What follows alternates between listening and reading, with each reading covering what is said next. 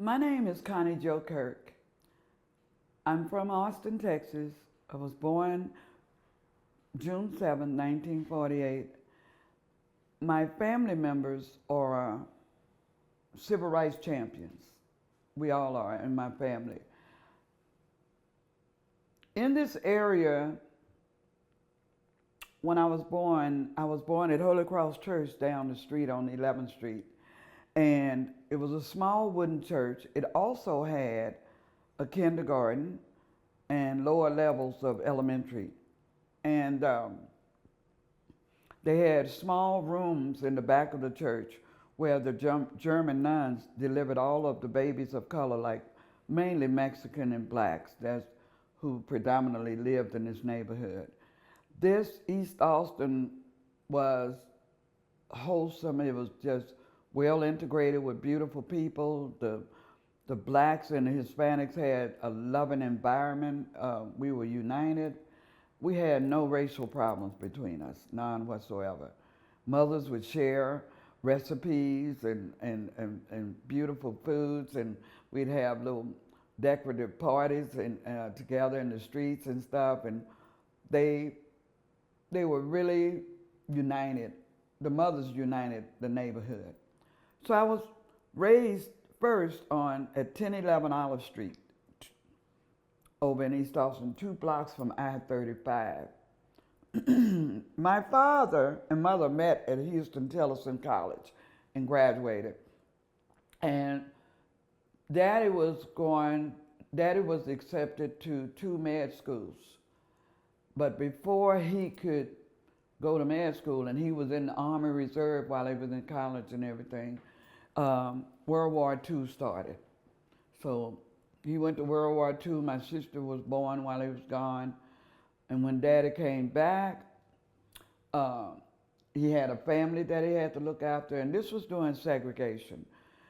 Blacks didn't have the affordability of coming back and having a wealthy family to support them and their family while they go off to med school and stuff. No, my parents were not rich. My mother was one of 14 children, born in Maine on a farm. She was number 13, she and her twin. They became orphans at the age of 11. Both parents were dead. Back then, there was the problem of many of the black farmers were disappearing or coming up dead, and their land was being taken. So my mother's older sisters, the oldest siblings took the 5 youngest, and they divided them and raised them. Anyway, I'll move you forward. We had a very loving environment of a lot of my relatives in East Austin. Back then, East Austin was so small. We didn't have sections like Chestnut Avenue Association, Rogers, Washington, Holy Cross neighborhood. We didn't have that. We weren't divided. East Austin was so small that probably there were maybe about almost 1,000 families back then. Okay, and so I'll bring you up into the 50s, law enforcement. We had a line that we couldn't cross, 35 freeway going over to the white section, that's what we call. Yeah, all of the blacks had to stay here, over this area. You couldn't cross that line, you disappear or get arrested. When Austin was founded though, originally, the neighborhood started in East Austin. East Austin is the original neighborhood of Austin. And then after a while, after post-slavery and so forth, most of the slaves stayed who were raised in East Austin, post-slavery. So the whites didn't want to live among us. They left. And East Austin was formed, the neighborhoods were formed by blacks. And very few Hispanics were up here by then. But later on, as years went by, they started moving in from Mexico. And the Hispanics took over below 7th Street. So we moved to Rogers, Washington, Holy Cross neighborhood, 1961. On my birthday, in fact, I was 13. And we had started going to white schools when we moved over there. We moved in the summer. We had not started the school yet. And there was a skating rink that opened up in our neighborhood down the street on Airport and Manor Road. I don't remember the name of it. But they had a big sign up there. We went to go skating, and it said, "No blacks allowed." And the reason why I'm bringing up this issue, this is what catapulted our civil rights movement. This just started dominoing, and one civil rights march led to another civil rights march. We had the most peaceful marches. We never had any problems with the police, never. My mother led the marches, she and the NAACP President Balmer Overton, and my daddy, in our neighborhood. Rogers, Washington, Holy Cross. We were the first civil rights leaders in that whole area. That's how Mother and all of the mothers in that area, we all got together. We had unity. It was unbelievable. Then when we started going to white schools, my mother got into politics. My parents got into politics. Daddy was in the electoral judge position and all of that. He was the first black employee at the post office, and he was harassed constantly. They did everything they could to try to break my father, and he didn't let them do it. You'd be amazed how the majority of blacks and Hispanics have faith in Christ. We are very religious bonded people. We believe in religion. Our faith holds us up. We are people who have suffered tremendously at the hands of racism. And I don't even want to go into the horrors about slavery and how they were treated. But I think that this is one of the things that helped my mother and Senator Gonzalo Barrientos and Gus, all of the Mexican leaders and the black leaders, because our areas were so small, we couldn't help but run into each other. And they started marching with us in unity. And Rogers, Washington, Holy Cross neighborhood was an exceptional, and still is, was an exceptional neighborhood. We were known for going to the city council, protesting injustice. Our neighborhood was known, we were the front runners. We led everybody. Everybody, all of the greatest leaders came out of that neighborhood. Dr. John King, president of Houston-Tillotson, he was a civil rights leader. And Mr. Norman Scales was one of the airmen, black airmen in World War II. And there were other leaders, school teachers. Mostly our neighborhood consisted of a lot of school teachers, middle class, so-called blacks. And so, but we looked out for our own. We looked out for our own poor. We took care of our own. The Hispanics looked out for our own. We didn't have welfare back then to help our people. And welfare, maybe that never should have started, because our people were crippled when welfare moved in. Then came the drugs. Then came the crimes. Then came penitentiaries. I believe that penitentiaries are modern day plantations. I really do. They were created to keep people of color down, to break our spirits, to take away our rights for voting so that you could not fight injustice. You fight injustice with words, with your mind, not with your fists. We don't accomplish anything with violence. And that's what I was preaching yesterday when I spoke at the state. And I'm going to preach it everywhere I go, okay? And this is what my mother used to tell us. You don't argue with people when you want to make a point. This is why our marches were so beautiful.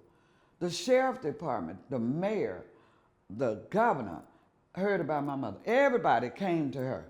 They wanted her endorsements. Gonzalo Barriento and mother used to call each other cousins. Hey, cuz, how you doing, cuz? Because they went hand to hand on everything. They supported and backed each other up to the T. Mother served on the first grand jury, first black. She led the whole jury on their decisions. Mother saved the Carver Branch Library, our neighborhood, Rogers, Washington, Holy Cross. They went to the city council and told them that they were not going to tear down our first library. In fact, they made it into a museum and they built a new one. And Gonzalo and them started getting all of their new structures as well in the neighborhood.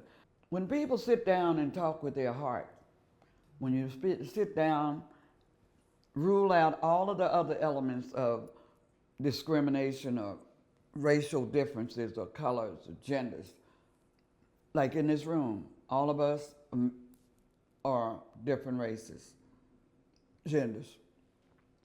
But all I see, all of us united in spirit. I'm looking at your spirits. I'm looking at your souls. That's what counts with me. We can move forward when we respect one another. I might not agree with what you say. You might not agree with what I say.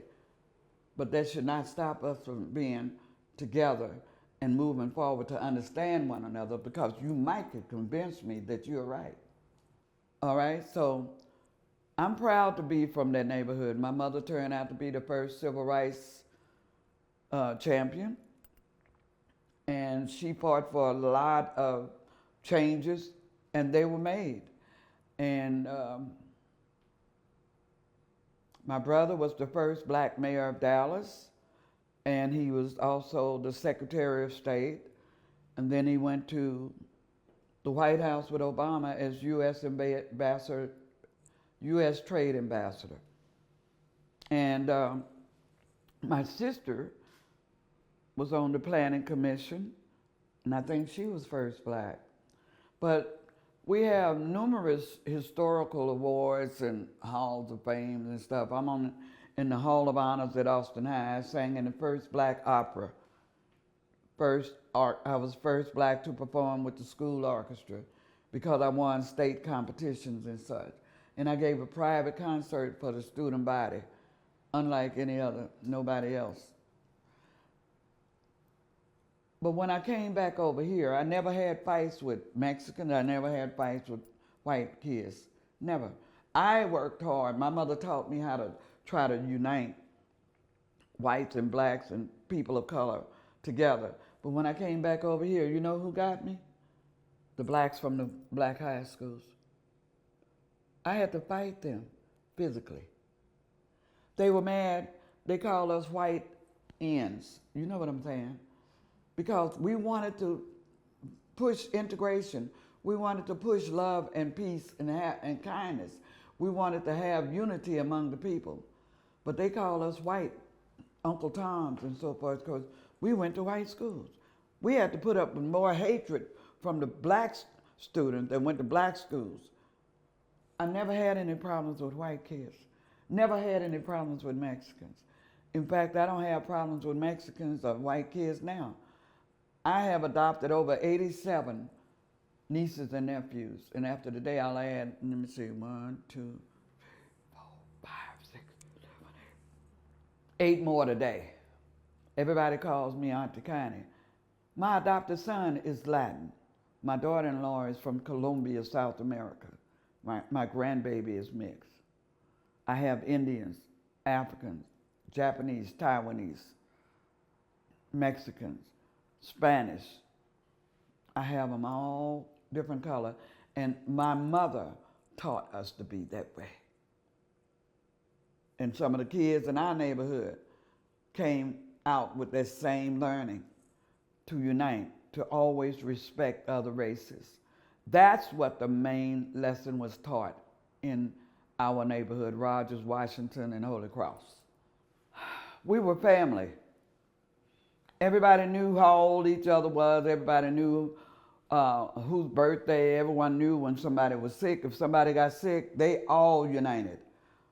In the old days, when somebody passed away in your family, everybody, the women would cook, and they would take food over to the bereaved family. They didn't have to cook for at least a week or two, especially during the duration of the funeral preparations and stuff. They would take food. They would make sure that the family was looked after. They would help the family, whatever they needed. And during the grief, they gave grief support. They prayed for each other. They met in prayer. They would take the responsibility of picking them up and taking them to the doctor. They didn't have bus. They didn't have services for handicap. The neighborhood did it, everything. Elderly people, too sick to go to the store, your groceries were delivered to you. We didn't have Dash. We didn't have Uber. You needed a ride. Your car broke down. You needed a ride to work. They'd have one of their kids to take you to work and pick you up. You needed a ride to church. They'd go, if you went to the same church, they'd ride together. I mean, I'm talking about unity. I'm talking about unity in a family way.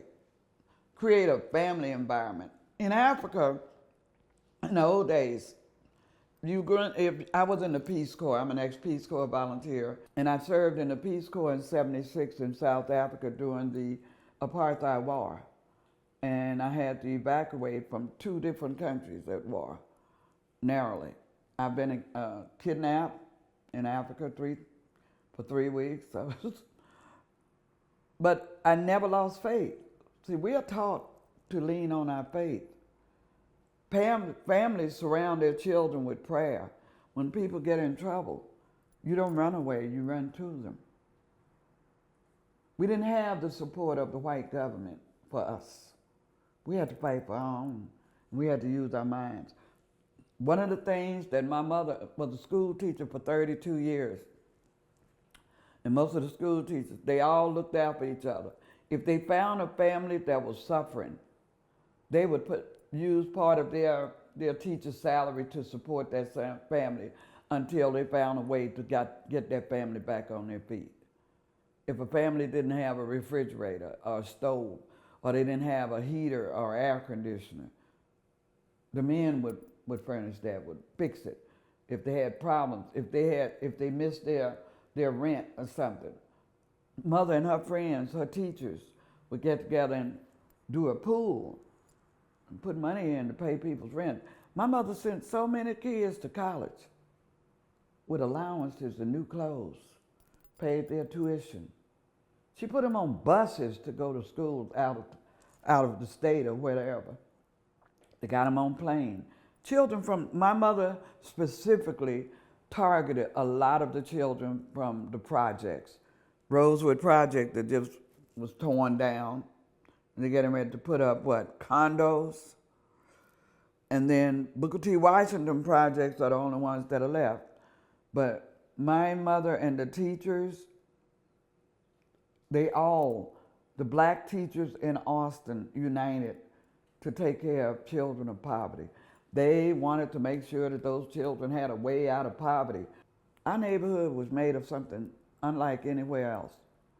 When our kids went off to college, we made a difference when we went to college.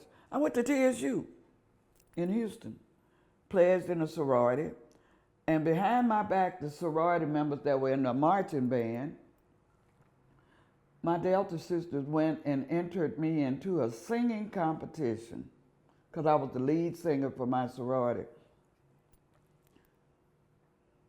I won.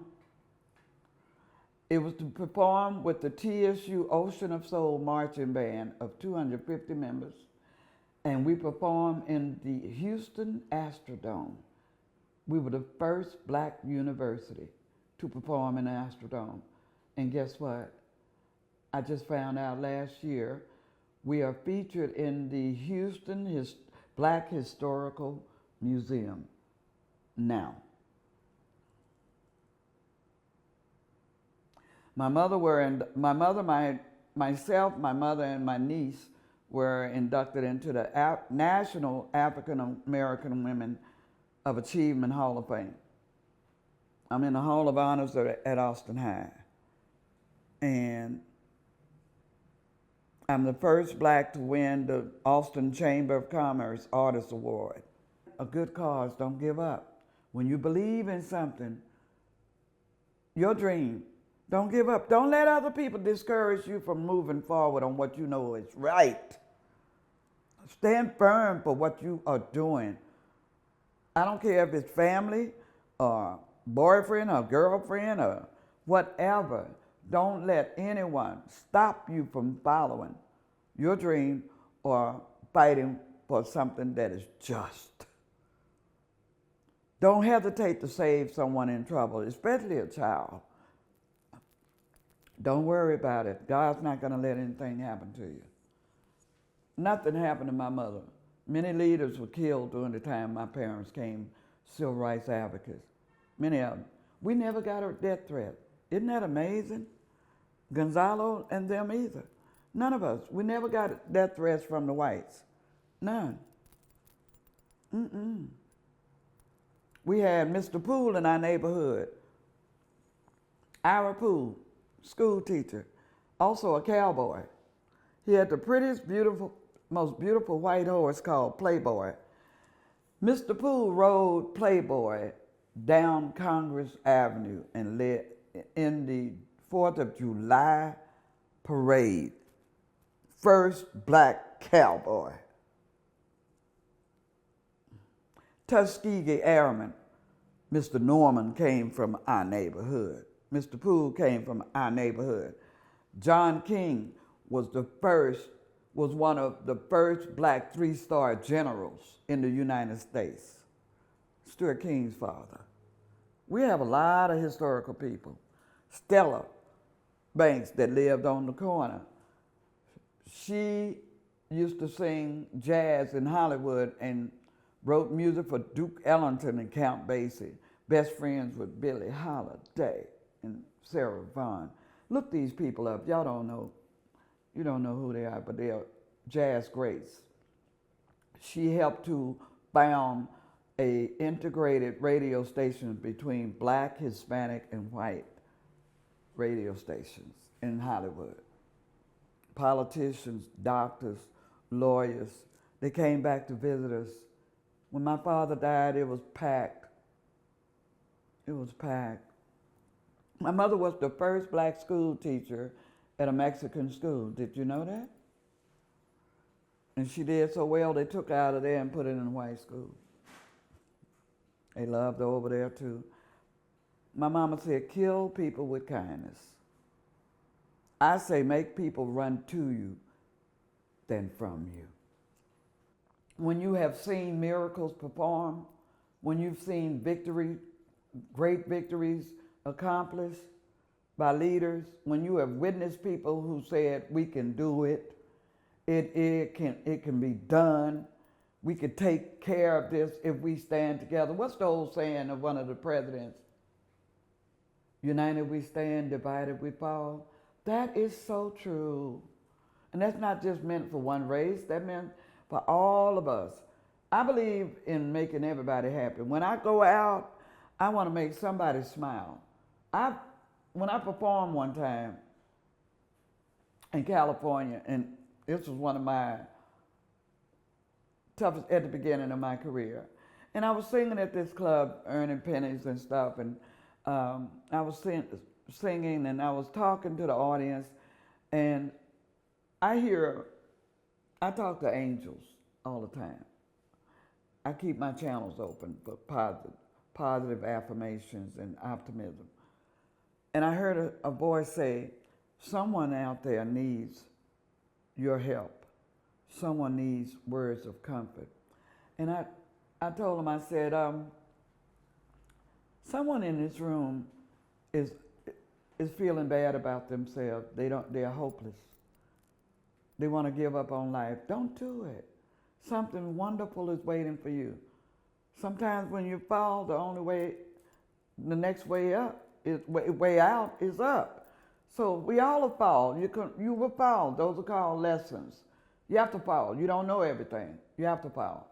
Fall on your butt. You know, you skating, you riding a bike, you fall off the bike. You know how to get back on the bike and continue. You running, you fall. You get back up, you know how to dodge holes or try to be careful about how you run. Whatever you do, you're going to fall. But don't let that make you check out. After I finished the show, this young man walked up to me and gave me $100, and I was doing bad financially. He told me that he was on his way to the Golden Gate Bridge to commit suicide that night. And he heard my voice singing, and I lured him in, and he heard what I had to say, and I changed his mind. The next year, he was married, making a fortune, and doing well. I've seen people's homes burn down from a stove, and a window was open, and the wind came in through the window and blew the fire across the carpet, burned all of the Christmas gifts 2 days before for their 5 children. The whole house went up in flame in 30 minutes. And they lived with me because of my mama teaching me how to share my life. My mother's motto, if you have something, you can share. I learned this from the neighborhood, Rogers, Washington, Holy Cross. I was raised to think that way. I hope I didn't bore you. That neighborhood is like a giant door that stays open. It stays open for young people like yourself who need to go in there and reap the benefits of the knowledge and the beautiful work that the leaders, the old leaders, left behind. It's still there. Anything you want to learn is still there. They made sure that they left behind all of the trails of their work in the library, through the memories of people like Jan and her sweet family and her friends, or Brenda Malik and her family, and there's still people there. Ida Dawn Thompson, who lived next door to our family, her father, Oscar Thompson, was the first black biology instructor at University of Texas. And he didn't even have a master's at the time. I think he got it later. But it's so many of us, children, some of the grandchildren, and even it doesn't necessarily have to be carried on by the grandchildren. It just needs to be there in memory of the old leaders and what they stood for. Take that and run. You need to live on their courage. You need to understand that they weren't afraid when they marched, when they took on a great battle of racial discrimination and segregation. They weren't afraid. They moved in faith. And see, that's the problem. So many people nowadays are moving around without faith. That's why they're failing, and they people, oh God, the rate of suicide is ridiculous. And so many marriage rates. People don't know how to fall in love. They don't know how to be patient. They don't know that there is somebody out there for everybody. But you have to wait until God brings them to you. You don't go looking. When you go picking, then your mind is going to pick the wrong person. You know, you have to sit down and think wisely, carefully about every move that you're going to make when you step out the door. But the main thing where you won't fail is that you have to be optimistic, that there's a better day ahead, that the sun is still shining behind dark clouds, that you have to understand that you're not alone. You're not the only person who suffers. You're not the only person who's in misery. You're not the only person who failed or have problems or lose things. But it's going to be somebody there to help you. You know, if you learn to love, then you will exude love from you. You have to spread a white light. You have to spread a light around you. You have to let people see you glowing. And when they see you glowing, your glow is like a magnet. It'll pull people to you. I made about 5 friends this week. I mean, I make so many friends I have to turn them down. I can't go to HEB without, I call HEB a community center. I can't go there without seeing a pretty baby and I smile and laugh, and then the next thing I know it, I'm talking to this old lady and telling her how pretty her hair is. If you're going to say something to people, be kind. Say something really nice. But don't butter them up with bull crap. Say it's the truth. You have a pretty smile. That's the truth. I'm not lying. I'm not buttering you up. I'm not kissing your butt. I'm telling you that you really have a pretty smile. When people hear something that's looked inside of them, when other people see the good in them, their best quality, it makes them feel good. It makes them feel like they're worthy. It makes them feel like that maybe I got something going and I didn't know it. Maybe I need to stay on that path. Most people don't know. They're not led in that kind of, you're not born with knowledge. You have to be taught. Same way with racism. All these young kids, they have to be taught. They have to be taught to hate. You have to be taught to love. I'll tell you about one experience I had at Austin High. I was in a tennis class, and I can't even remember her whole name. Her name was Kathy. And our teacher I had a wonderful white teacher who wanted to integrate all of us.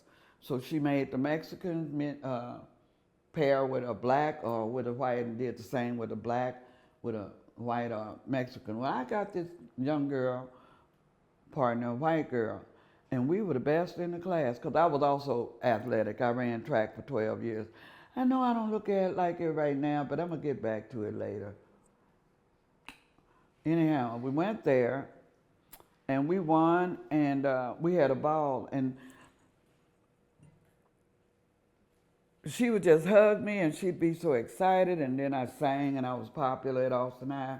And this girl and I were the best of friends. We'd go to class, we couldn't wait to see each other. They had a Wyeth's cafeteria at Hancock Center before it was taken down. My mother and I would go shopping, and we would go eat at a Wyeth's, which was like a Luby's, afterwards. We standing at the front waiting on the host to show us a table. And I saw Kathy and her family. It was a long table of her family. And I said, Mama, look, there's Kathy. That's my friend, Kathy. I said, there she is over there. And Kathy saw me and she said,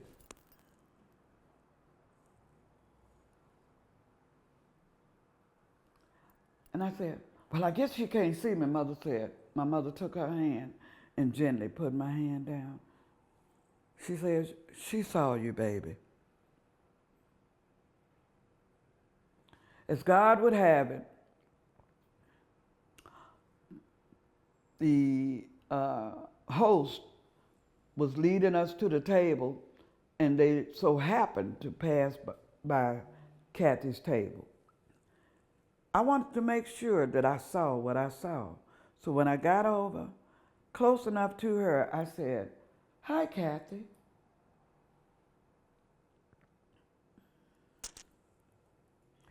And her family all looked at me very mean, and they looked at her, and I heard one of them say, you know her?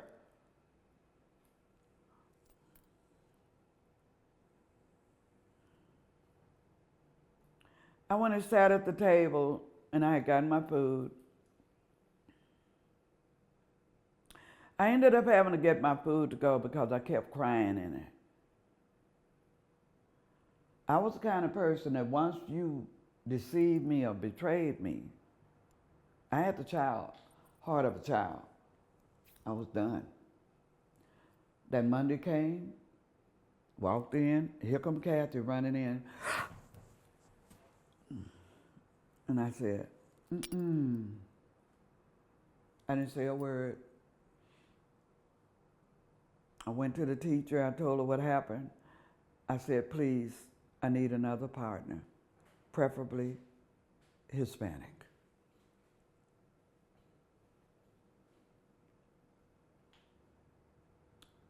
In learning in my Christian belief, God teaches us to forgive.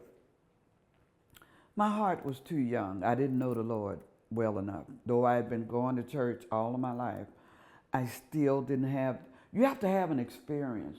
You have to have experience to love God. You have to know him for real. You have to see and feel his and believe. You have to see a miracle. You have to really understand the Bible. It's a lot that people don't understand. You have to know how to pray. A lot of people don't know how to pray either. So I didn't have the ability to forgive her. And I was brokenhearted all the rest of that year. That affected me because the way she treated me, then all of the other white kids that had been loving on me and being so sweet and kind, that had a domino effect. That made me wonder, well, if I saw them out somewhere, would they do the same to me? So we have to make a change. You have to make a change. I couldn't blame her. She was a child, and I didn't know that. So we need to work on these kids early. On that note,